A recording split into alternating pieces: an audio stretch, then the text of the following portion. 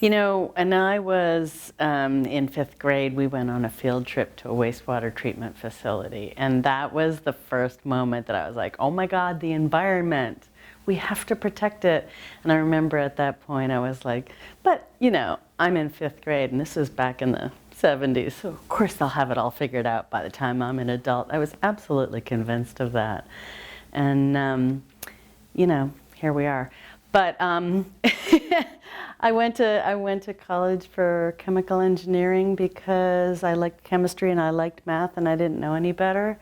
And in college, I just didn't love the idea of focusing on how to manufacture toluene, which is a toxic chemical. Like even though we weren't taught about the hazards associated with the chemical, I knew that it was just, there was something off about it.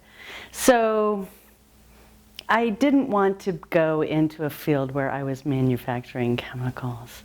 When I graduated, I ended up finding a job at an environmental engineering firm. And that was very cool. Spent a lot of time outside. I learned a lot.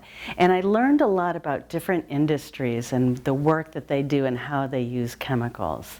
And then I got a job here at TURI, where I was no longer a consultant having to do what the client wanted, but was able to really kind of drive the bus a little bit more and focus more upstream and be more proactive about how we manage the environment and how we manage our use of chemicals.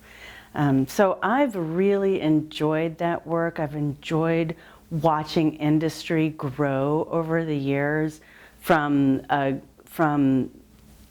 predominant group of companies who just wanted to meet regulations, hired a consultant to cross their T's and dot their I's for them because they didn't have time, to companies who really see the value of staying focused on the long-term implications of the work that they do. And I love working with those companies. And I love being able to do that here at TURI, helping them to find solutions, prompting them to look deeper, getting to know the people who are the champions, and it's those individuals who really make the difference in the long term. So I just have really enjoyed it.